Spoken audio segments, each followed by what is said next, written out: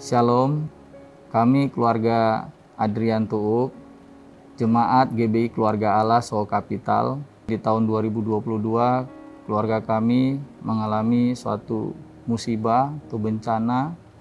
Namun di balik itu Tuhan memberikan kami karunia, anugerah, dan keselamatan. Tepatnya tanggal 2 Maret itu pukul 3 dini hari, terbangunlah tepatnya itu karena tiba-tiba saja saya tidak tidur di dalam kamar. Pada malam itu saya tidur di depan TV di kamar tamu, kemudian saya merasa ada cipratan air. Kemudian saat saya terbangun, saya sudah melihat ada genangan air. Saya lihat dari jendela, ternyata di luar itu air sudah mencapai tingginya kaca mobil. Saya langsung dengan segera membangunkan seluruh keluarga di dalam rumah yang sedang tidur di dalam kamar. Saya bangunkan, ayo banjir, banjir, banjir. Akhirnya kami semua jam 4 subuh itu kami bangun dan suami membangunkan anak-anak, menggantikan baju, sempat untuk menggantikan baju pelampung ke anak-anak.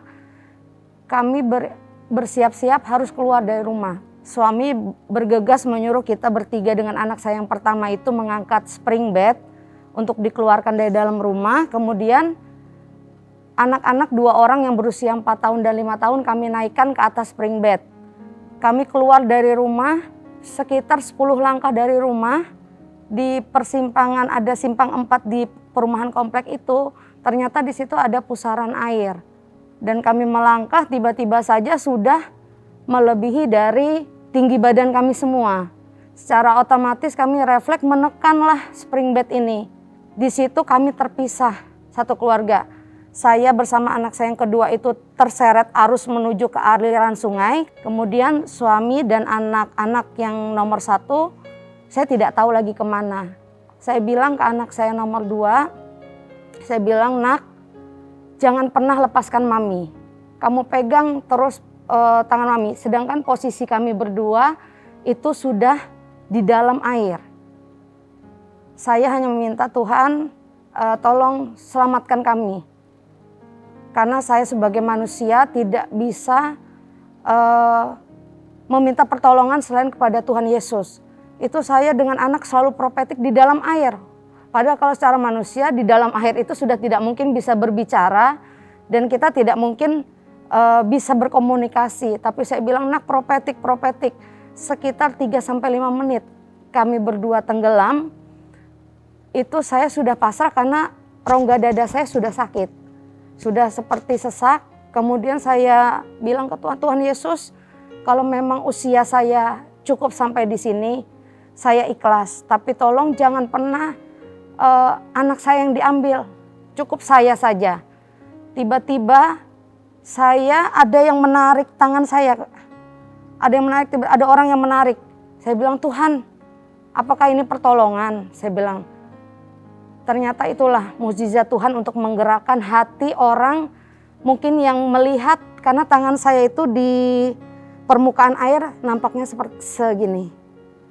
Saya berusaha menyelamatkan anak saya yang laki-laki, yang nomor 3, dengan berusaha berenang supaya sampai ke tempat yang lebih rendah.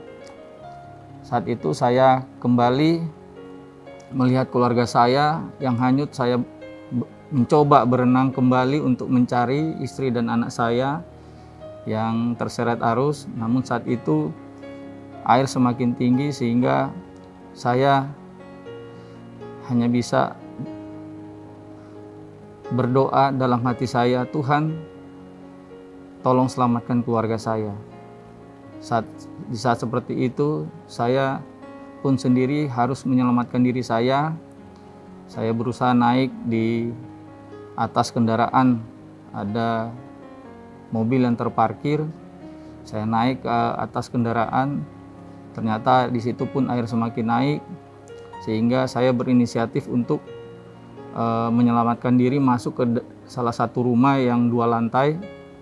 Sekitar pukul 8:30 pagi, saat itu suasana atau hari itu sudah mulai terang dan mulai kelihatan tinggi air, saya berusaha mencari kabar, mencari informasi di mana keluarga saya.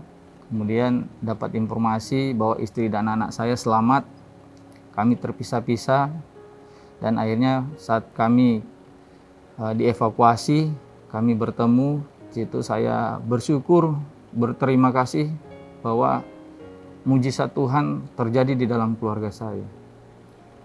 Istri dan ketiga anak saya termasuk pembantu yang bekerja di rumah kami itu selamat. Saya yakin itu karena pertolongan Tuhan itu tepat pada waktunya. Kami mengajak untuk saudara seiman semua dimanapun berada, jangan pernah lelah untuk kita selalu lebih dekat dengan Tuhan. Tuhan pun tidak akan pernah tinggal diam untuk kehidupan kita. Jadi mari kita selalu dekat, kita komsel, kita ibadah, lakukan pondok Daud, itu semua tidak akan sia-sia di dalam kehidupan kita. Jadi percayalah bahwa di tengah bencana alam yang begitu besar yang saat ini terjadi, Tuhan adalah satu-satunya perlindungan kita. Terima kasih. Puji Tuhan, Shalom.